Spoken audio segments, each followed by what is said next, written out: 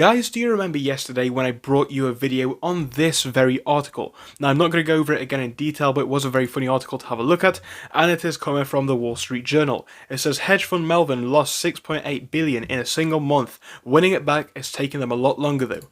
It says that the founder bet last year against GameStop and other meme stocks, but that actually went on to backfire.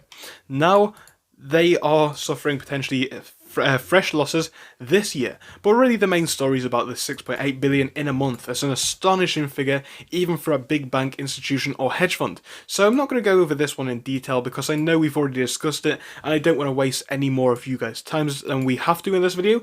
But it is definitely relevant to what I do want to speak about. Now this is kind of funny as well.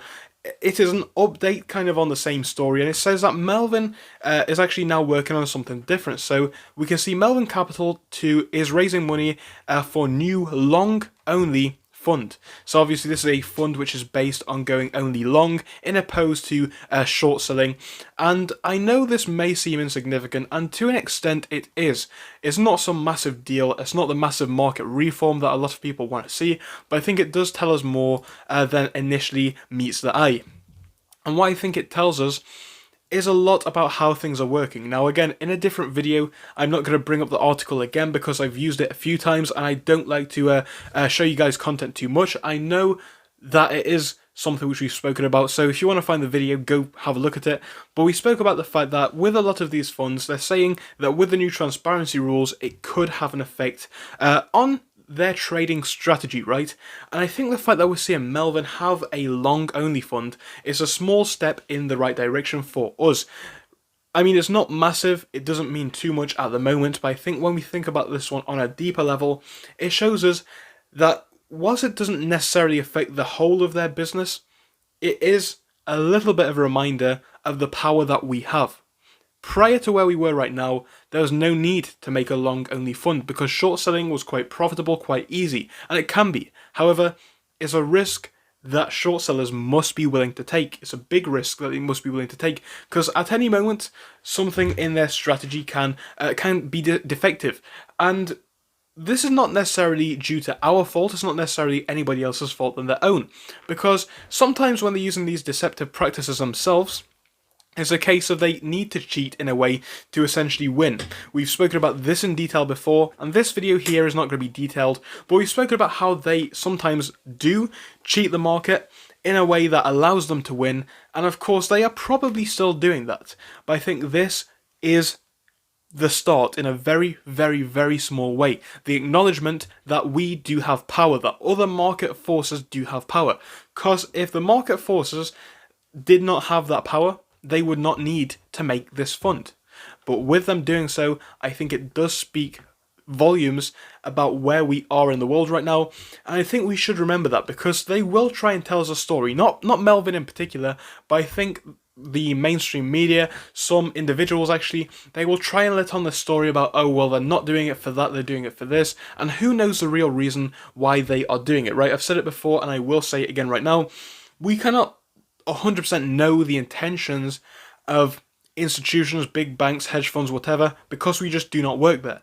What they want to do is unknown to us, but what we can do is infer based on what we do know, and I think that is where we need to start making our own opinions up, because what we know here, you know, we do have an idea of what they are doing, but the why is the question. The why is kind of like the unknown theory of it, because where is the why? What is the why about? Why are they doing this now?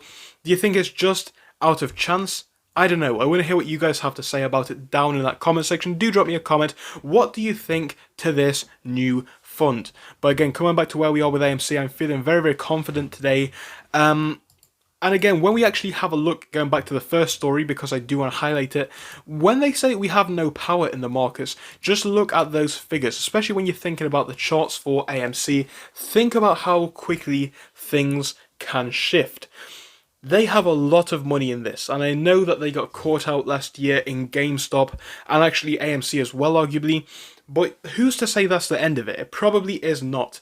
And just look at how quickly they lost all that money, and look at how quickly the GameStop thing unfolded. Now, obviously from there, it has gone on for a longer time, both here with AMC, but also arguably with GameStop as well. So a lot has unfolded in that time, But I think right now, what we need to remember going back to the initial point is, the power can change hands just like that.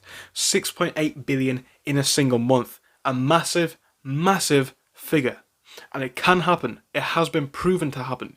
That is how things work. That is how short squeezes can and do work. And of course, that is going off the theory that we have seen, but who knows what's going to happen next? Are there going to be more victims like that?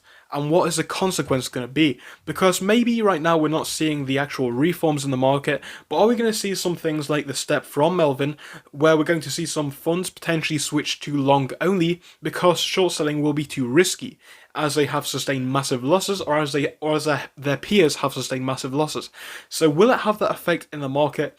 I don't know. I do not know. This is just my theory based on what I am seeing. So it's just my opinion. Of course, like you already know, it is not advice. Do not take it as fact. It's just what I believe. But if you do enjoy the videos, keep smashing the like button and keep subscribing if you can. I'll be back with you guys in a bit, so goodbye until the next one, so see you soon. Thank you for watching through till the end, but let me tell you about our Discord. So on your screen you will be seeing the N2S Finance Discord.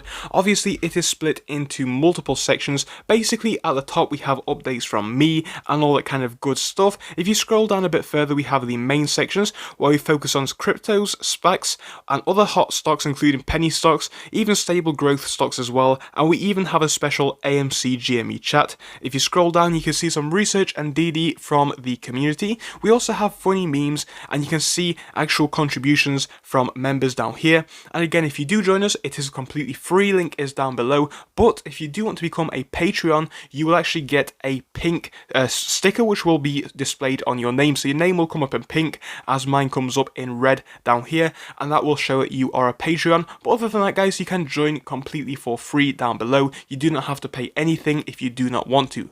Thank you for watching, see you soon.